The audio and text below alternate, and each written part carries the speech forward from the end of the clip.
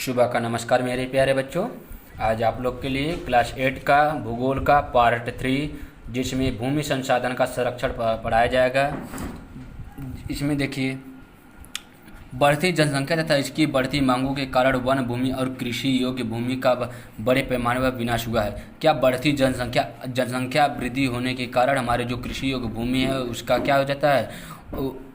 बढ़ती हुई जनसंख्या के कारण जो भूमि है वहाँ पर नगर का विकास अधिक हो जा रहा है और घर मकान अधिक हो जाने के कारण हमारी कृषि योग्य भूमि जो होती है वो क्या हो जाती है? कम होती जा रही है।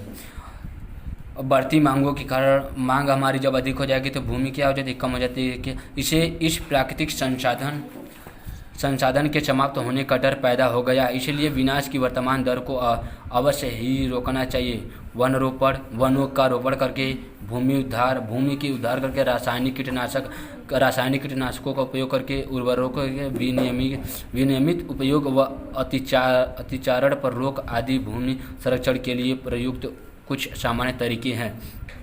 इसमें देखिए, मृदा पृथ्वी की पृष्ठ पर दानेदार कणों के आवरण की पतली परत मृदा कहलाती है। क्या है? पृथ्वी की ऊपरी परत को हम क्या कह सकते हैं? मृदा कहते हैं। यह भूमि से निकटता से जुड़ी हुई है।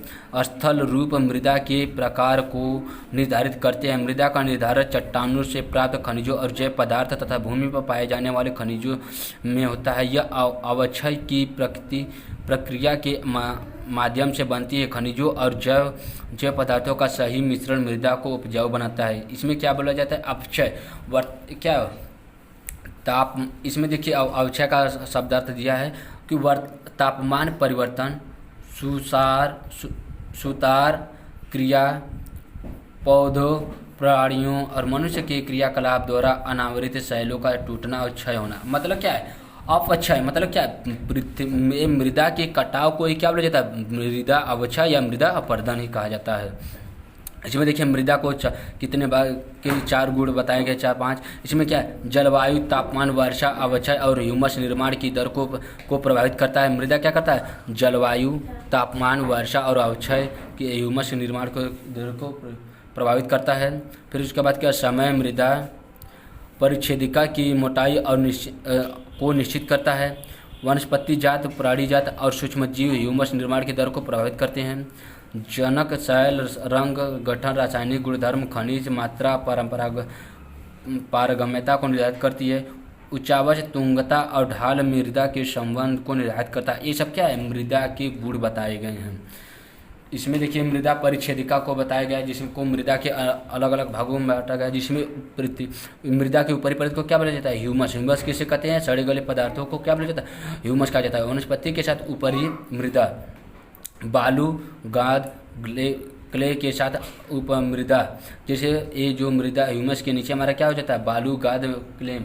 इसके बाद क्या है? अपक्षयित चट्टानें, कुछ चट्टानें पाई जाती है। चट्टानों के बाद क्या है? जनक चट्टानें। मतलब क्या है? जहाँ पे शैलों का निर्माण होता है। इसके बाद हम देख रहे हैं मृदा निर्माण के कारण। मृदा निर्माण के कारण क्या क्या है?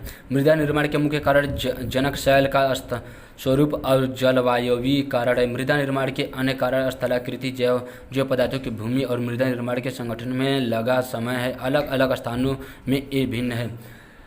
मृदा का निर्माण कैसे? शैलों के टूटने फूटने से हमारा क्या है? मृदा का निर्माण होता है। उसके बाद क्या है? मृदा का निम्नीकरण और संरक्षण के उपाय। मृदा अपरदन और क्षीणता मृदा संसाधन के लिए 2 मुख्य खतरे हैं। मानवीय और प्राकृतिक दोनों ही कारणों से मृदाओं का निम्नीकरण हो सकता है। मृदा के निम्नीकरण में सहायक कारक वनोन्मूलन, अतिचार, रासायनिक उर्वरता और कीटनाशकों का अत्यधिक उपयोग, वर्षा, दोहन, भूस्खलन और बाढ़ है। मृदा संरक्षण की कुछ विविधता निम्न प्रकार है।